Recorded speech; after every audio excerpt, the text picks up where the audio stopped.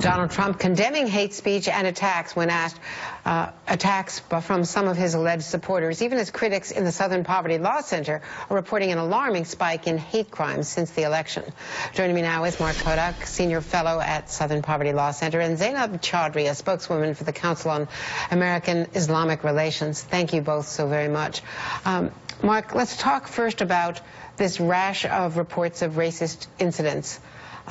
It's unfair to connect it to the election. It does seem as though it's been inspired. Maybe some people feel unleashed by it. I don't know how you would phrase it. How do you frame what's happening across America right now?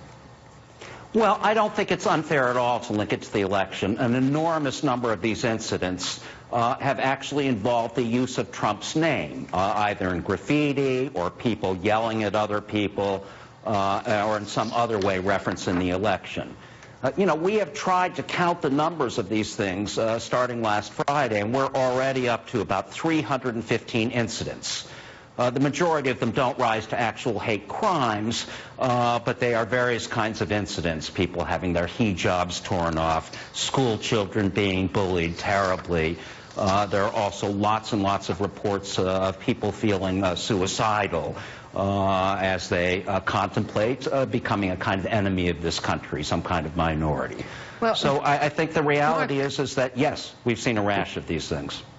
And I misspoke. I'm not suggesting that it is not inspired by the election and by a lot of the rhetoric that we saw during the campaign. I'm just wondering whether you think it's fair to tie it to the president-elect, and what do you think he should do or his people should do in speaking out, not just in answer to a question from Leslie Stahl, but affirmatively speaking out to try to calm people down and call upon people to desist?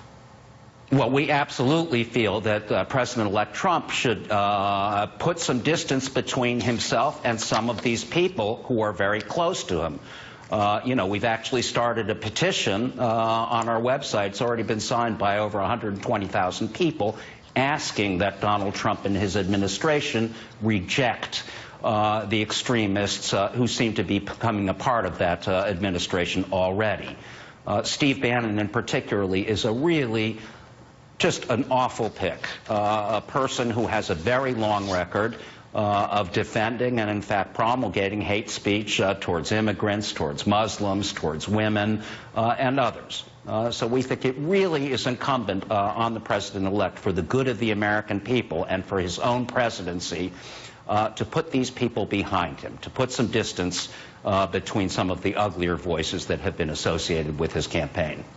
Zainab, let me ask you about that. The council has put out a statement that the appointment of Stephen Bannon as a top Trump administration strategist sends the disturbing message that anti-Muslim conspiracy theories and white nationalist ideology will be welcome in the White House. We urge President-elect Trump to reconsider this ill-advised appointment if he truly seeks to unite Americans. Comment on that. That's exactly how we feel. You can't unite a nation by mainstreaming hate. And this is an individual who is widely known to promote conspiracy theories against Muslims, against Jewish Americans, against so many minority groups, refugees, immigrants.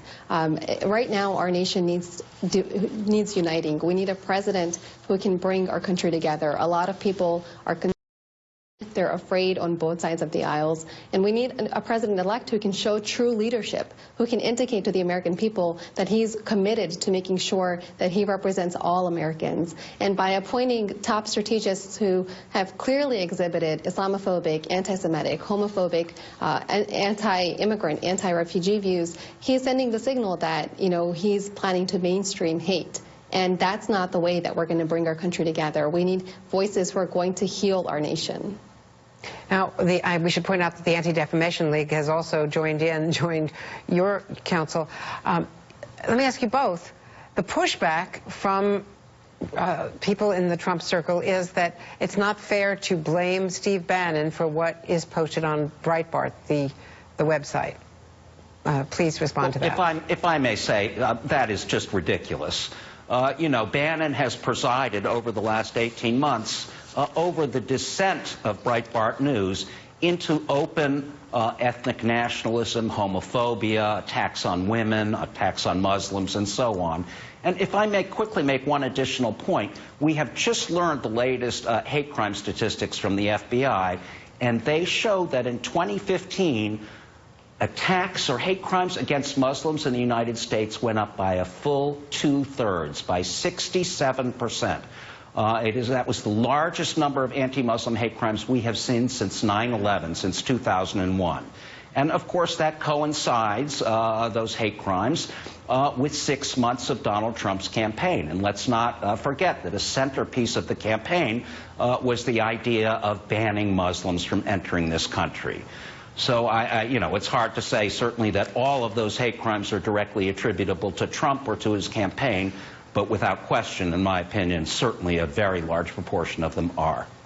And Zainab, what are you from your members, please? It's also worth noting that Mr. Bannon has also repeatedly invited guests onto his show who have promoted this kind of sentiment that refugees, immigrants, Muslims, various minority groups do not have a place in society, that have kind of, perpetuated this idea that America belongs to white people only. And white nationalistic ideology is not going to bring our country together. The incidence of hate crimes and bias attacks has significantly spiked during this particular election season. We've seen an unprecedented rash of discrimination, bigotry, fear-mongering, hatred against Muslims, hate crimes, alleged bias attacks, targeting not only just individuals but also houses of worship. 2015, we saw an unprecedented number of U.S. mosques targeted and vandalized, and this is directly correlated with the anti-Islamic or anti-Muslim rhetoric that we're seeing on the campaign trail. And unfortunately, even post-election, we're seeing that rhetoric, it has had a very real effect in shaping public perception of Islam and Muslims, especially amongst Mr. Trump's supporters. And he has an obligation to calm those people and let them know that Muslims have a place in society. Jewish Americans have a place in society. LGBTQ community members have a place in society. We cannot divide our country this way and think that we're going to, be able to move us forward. We have to have voices that unite and heal our country. Thank you both so much. Thank you both for joining.